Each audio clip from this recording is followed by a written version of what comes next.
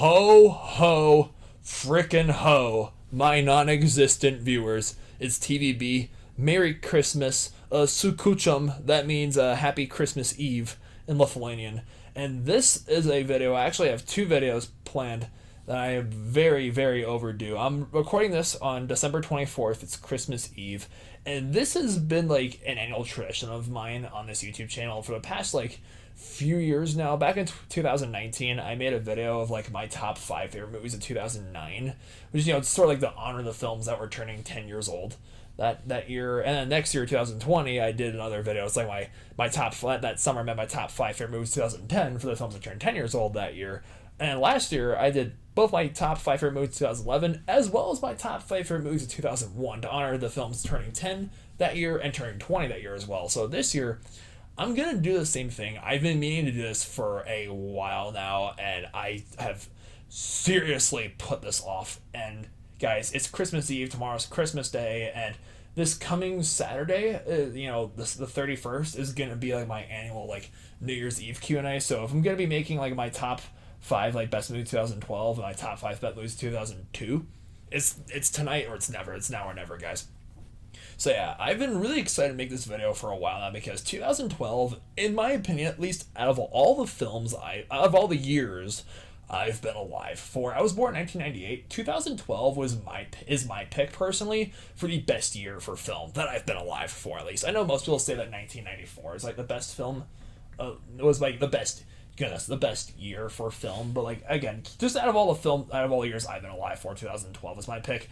And at first I was considering making this a top 9 best movies of 2012 video, but I figured, just for the sake of brevity for you guys and for your sake and for my sake, because it's easier for me to edit, I'm just gonna make it a top 5 this year. Keep in mind, this list is completely my opinion and based off of what I've seen. I feel there's a lot of really great films, an already great year for film, that I've missed for 2012.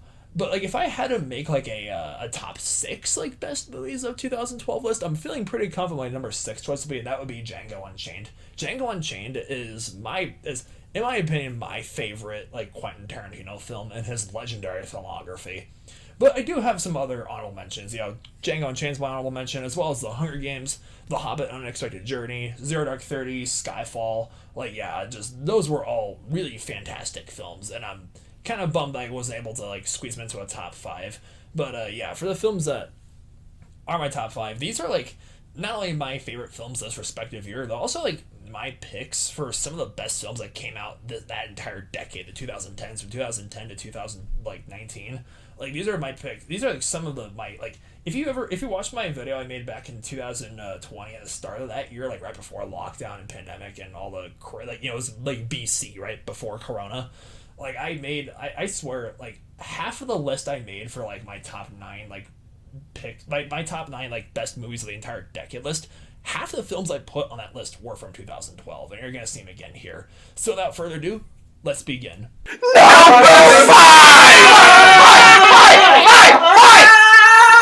My number 5 choice, 2012, again, it was a great year for film in general, but it was especially a great year for animation. We had a lot of really great animated films and cartoons blossom this year, and my pick for the best film out of the entire bunch of animated films that came out this year was Wreck-It Ralph, one of my all-time favorite Disney films. I think it's funny how movies based on video games tend to be super trash, but movies with video game themes and about video games tend to be really good, because Wreck-It Ralph, he's not based on a specific video game. He was just like a video game character. He was a film character created for film, as in the context of the film, he's a video game character in the movie, and you see him interact with other video game characters like Bowser and Sonic and Pac-Man and all these different this film is Disney really wanted to cater to the nerds like myself, and they succeeded in flying colors. And there's so many just really great life lessons in Wreck-It Ralph. Disney's taught us a lot of life lessons over the years, but personally, one of my all-time favorite Disney quotes is when Wreck-It Ralph is in the villains meeting, and he and all the other villains are just I'm bad, and that's good. I'll never be good, and that's not bad.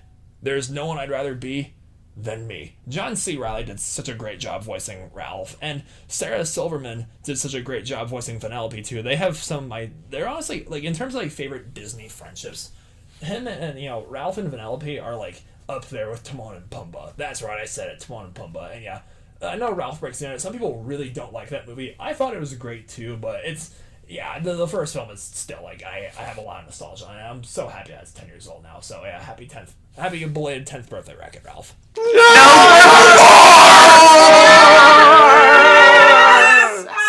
So number 4, I actually just rewatched this movie the other night, and that is 21 Jump Street. I know some people might be kind of mad at me for putting 21 Jump Street of all movies like this high on my list when I had films like The Hunger Games and Zero Dark 30 and Skyfall and Django Unchained as just only like honorable mentions. But oh my gosh, 21 Jump Street is one of my all-time favorite comedies, and to this day, very few films have me busting my gut as harder as 21 Jump Street or 22 Jump Street. It's Christmas. Tomorrow, Christmas Day, is Jesus' birthday. I'm in a handful of like Christian Facebook groups, and like my main circle of friends at CSU, at Colorado State University before I graduated, were like Christians. I frequented like a campus ministry called Chi Alpha, and whenever I hear someone make a post about Jesus' ethnicity, people ask like, oh, was Jesus white or was Jesus like Middle Eastern or whatever, because historically speaking, Jesus, he was not white, he was Middle Eastern, and yet he keeps being like portrayed as like a white guy in so many different churches and Christian artwork. But like that's kind of varies throughout the world. Like there's different cultures have their own like version of like what Jesus looked like, and of course the Channing Tatum and Jonah Hill in this movie, they play as undercover cops at a Korean church, and I whenever I see someone post about Jesus ethnicity in a Facebook group, I just copy and paste the Korean Jesus scene from 21 Jump Street where Jonah Hill's like praying to Korean Jesus, and he doesn't know how to pray like at all, and Channing Tatum laughs at him for it, and Ice Cube, their boss, Bart's just like, hey, stop fucking Korean Jesus, he ain't got time for your problems, he busy with Korean shit. Like, oh my gosh, I can't stop laughing whenever I rewatch that scene. It's like, Korean Jesus, he'll save your soul. Boo! Get off the stage! Okay, I'm gonna excuse myself now. Let's move on to my number 3 choice. My third favorite film of 2012, and out of all the Best Picture nominated films, this 2012, the Oscars, the Academy Awards this year were especially special. I remember Seth MacFarlane hosting that year, and as like a 13-year-old, oh actually no, I was a 14-year-old when those Oscars were a thing. His like whole "We Saw Your Boobs" song at the Oscars like had me almost peeing myself laughing, and of course he voiced Ted. But like out of all there were 10 like Best Picture nominees that year. Again, 2012 was a super great year for film, and thus it warranted like 10 like Academy Award nominees for Best Picture. And my pick for the best out of those 10 films, again, in my opinion, is Life of Pi. I still have not read the Life of Pi book, but I really want to do so, because as a kid, like I knew that my mom, my parents read it, and my sister read it, and they were telling me how such a great book that it was, and we all saw it together as a family. And yeah, it was just so enthralling, because like, oh, Vitae, like, you want to work with animals, like, he's stuck in a lifeboat with a tiger. It's like, yeah, I still should read that book, because I'm currently an intern at a zoo. I'm on my second zoo internship this year, ever since I graduated from CSU. And, I've worked with tigers at the local zoo that I'm interning at right now here in Scottsbluff, Nebraska. Like, yeah, my intern project was a tiger observation study, and as a kid, like, I was just so blown away by Life of Pi. Ang Lee's direction was just flawless. He totally deserved the Oscar for best like director, and this film totally deserved the Oscar for best visual effects. This film is heartbreaking. Pi's entire family, the shipwreck, his whole life is just like gone like right in front of his eyes, and you really feel sorry for him, as well as like at the start of the film, he's stuck in a lifeboat with not just the tiger Richard Parker, but also a hyena and a zebra and an orangutan, and that scene was just so intense when like the hyena like kills the zebra and the orangutan, and like the tiger bursts out from under the covers and kills the hyena, and like you see Pi and Richard Parker, the tiger, try to like coexist with each other. It was just like, it was such an enthralling tale of survival, albeit you have to suspend a lot of disbelief, because no one's gonna live that long with a tiger on their lifeboat. And it's like the whole spiritual and existential and religious themes that, like, about Pi being raised Hindu, and he's vegetarian, but he's lost in the middle of the ocean, so he has no choice but to eat meat. He has to kill and eat fish in order to survive, and he begs Vishnu for forgiveness, but he also sees it intertwined with like Christianity and Islam because India, because Pi is an Indian character. India is such a diverse country. Yeah, it's predominantly Hindu, but it's also, the birthplace of Buddhism, and also like there's Christianity and Islam. There's a lot of like Muslims and Christians in India too. So like this film tackles a lot of really bold subjects like, the existence of God and fate and humanity and survival, and he's stuck on a carnivorous island full of meerkats of all things. Like, oh, that film is like it at parts Life of Pi feels like a fever dream, but other parts it just feels like an absolute adventure, and every time I've like watched that movie I'm always there for it. Okay. Now, oh boy, my second favorite film 2012 is like this and Return of the King and Return of the Jedi are like, and Toy Story 3 are like the how-to guides to ending off like a film trilogy.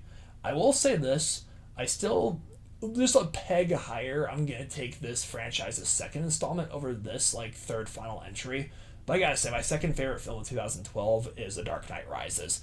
Like, rounding off Christopher Nolan's Batman trilogy. Christopher Nolan, one of my favorite directors, and Christian Bale, still to this day, my personal favorite, like, Batman actor, and, like, his whole connection with, like, Alfred and Catwoman, played by Anne Hathaway in this film, was, like, everything just came full circle in A Dark Knight Rises, and there were just no loose ends untied.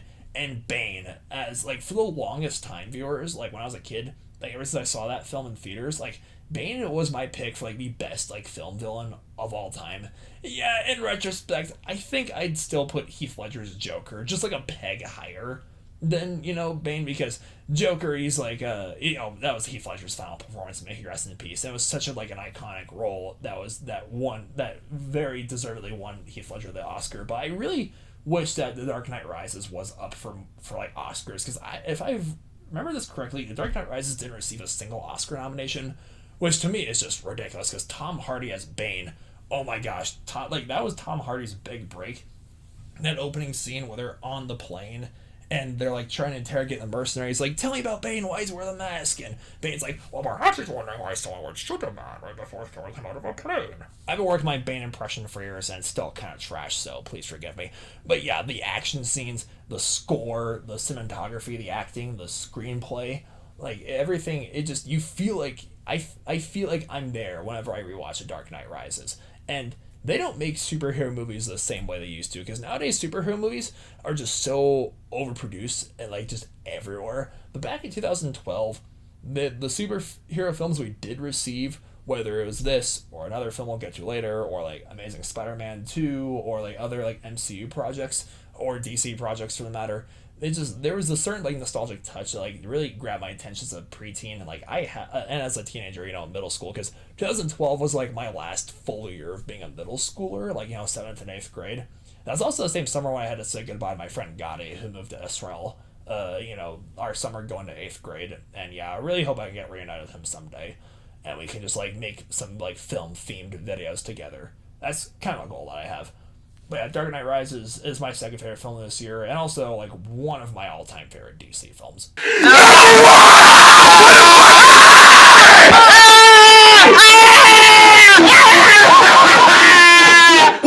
My pick for the number one best film of 2012, and again, if you've seen my video, my like top 10, it was a top 9 actually, my top 9 best films of the entire decade of the 2010s, this was my number one choice. And yeah, obviously it's my favorite film of this year. It's my favorite film of that entire decade. It's all, again, like I said, it's not only my all-time favorite superhero film, this is in my top 5 favorite movies of all time, viewers. And that is The Avengers. The OG 2012 Avengers.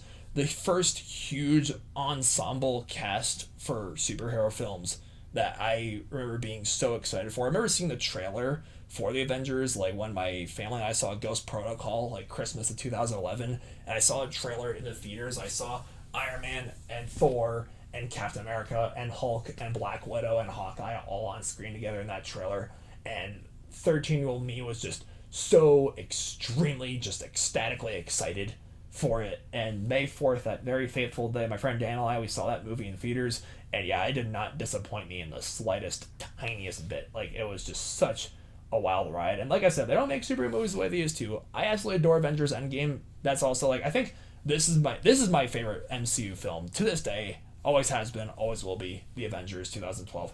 Endgame is my second favorite film in the MCU. And while, yeah, Endgame, the portal scene was such, as much as I absolutely adore that scene, it won't hold a candle to the Battle of New York at the end of the Avengers. Like, every time you see, like, Alan Silvestri's score, I'm still pissed at the Academy for never nominating Alan Silvestri an Oscar nomination for, like, best, like, soundtrack, because that score, when you see the Chitauri sort of, like, surround the Avengers, and they all assemble, and you see the camera rotate around them, the score's like dun dun dun dun dun dun dun dun ta ta ta ta ta ta, and just so many great performances. Robert Downey Jr. as Iron Man, Jeremy Renner as Hawkeye, Chris Evans as Captain America, Chris Hemsworth as Thor, Mark Ruffalo as the Hulk, Scarlett Johansson as Black Widow, Samuel L. Jackson as Nick Fury, and Tom Hiddleston as Loki. Loki was like, for a while he was, he became more of an anti-hero later down the MCU road. So that's why I don't really consider him my favorite MCU like villain anymore. But Loki, like, just him wanting revenge on Thor for everything that Thor did, and his titular like origin story back in 2011. It just, as a middle schooler, I watched Loki in this film, the way he just like wrecks like people and who cross his path. And when he's in Germany and he like gets all the civilians to kneel before him, he's like, oh, you were all like meant to be ruled. And then like that one old guy who speaks English rises up from the crowd and he's like, not to men like you, there are always men like you. It was that scene, like, as a middle schooler, as a high schooler, that really, like, when we're kids, we root for the hero, but as we get older, we understand the villain. And it was Loki and Thanos and Killmonger, my favorite, like, MCU villains, that, like, growing up, going through middle school, high school, even college, that really made me want to, like, understand evil people. Like, the worst dictators in human history. They never thought of themselves as these, like, evil, like, crime bosses or supervillains. They thought they were completely in the right for having these like regimes and dictatorships and committing mass genocides on people. Again, like, I fervently disagree with their actions, but it was like, classic film villains like Loki and Thanos and Darth Vader and the Joker that really made me want to like understand why like just truly horrible people do the things they do and see what puts them in their positions. And I have the Avengers to thank for that. And again, Samuel L. Jackson's Nick Fury, when he's like saying like, oh, you kill because it's fun, blah blah blah, he's like, you have made me very desperate. Oh, that was such a powerful scene. That, and when like because it's Captain America was fought out of ice for being frozen since World War II, and he's like, well, I guess I was wrong, the world hasn't changed a bit. And he was right. It's still it has not. Like, all these years later, there's still war, there's still like atrocities that we commit, that as humans we commit on a daily basis. Like, we're responsible for the sixth mass extinction that we're living in right now, and we're the cause of it. But yeah, I'm getting off topic. I still think it's horse crap this film only received one Oscar nomination for visual effects. Again, this and Endgame, in my opinion, were really overlooked by the Academy, because the Avengers, again, it's my fourth favorite film of all time. Again, my sister and I, right after we graduated high school, we made like our top 5 like best movies of all time list, and like her top 5, number 5, it was if I remember correctly, it was The Dark Knight, it was Legally Blonde, it was The Spectacular Now, Inception, and Titanic. My top 5 was The Lion King, The Avengers, Avatar, Jurassic Park, and The Lord of the Rings. Just like as a freshman in high school, who just ended his freshman year of high school, I should say. That was like, I knew in the back of my head, like, yeah, I love the Avengers so much, and it warrants a spot on that list. So yeah, thank you guys so much for watching this video. I got some editing to do, and if you enjoyed it, please hit that thumbs up like button. I'm gonna, again, it's Christmas Eve, so I'm gonna record my my picks for top 5 best movies 2002 list right after this. So I expect this video and that video to go either like later tonight or sometime tomorrow on Christmas Day. And of course my New Year's Eve Q&A to go up on New Year's Eve or New Year's Day, depending on what my schedule looks like. But yeah, thank you guys so much for watching this video, and have a Merry Christmas. Stay beastly.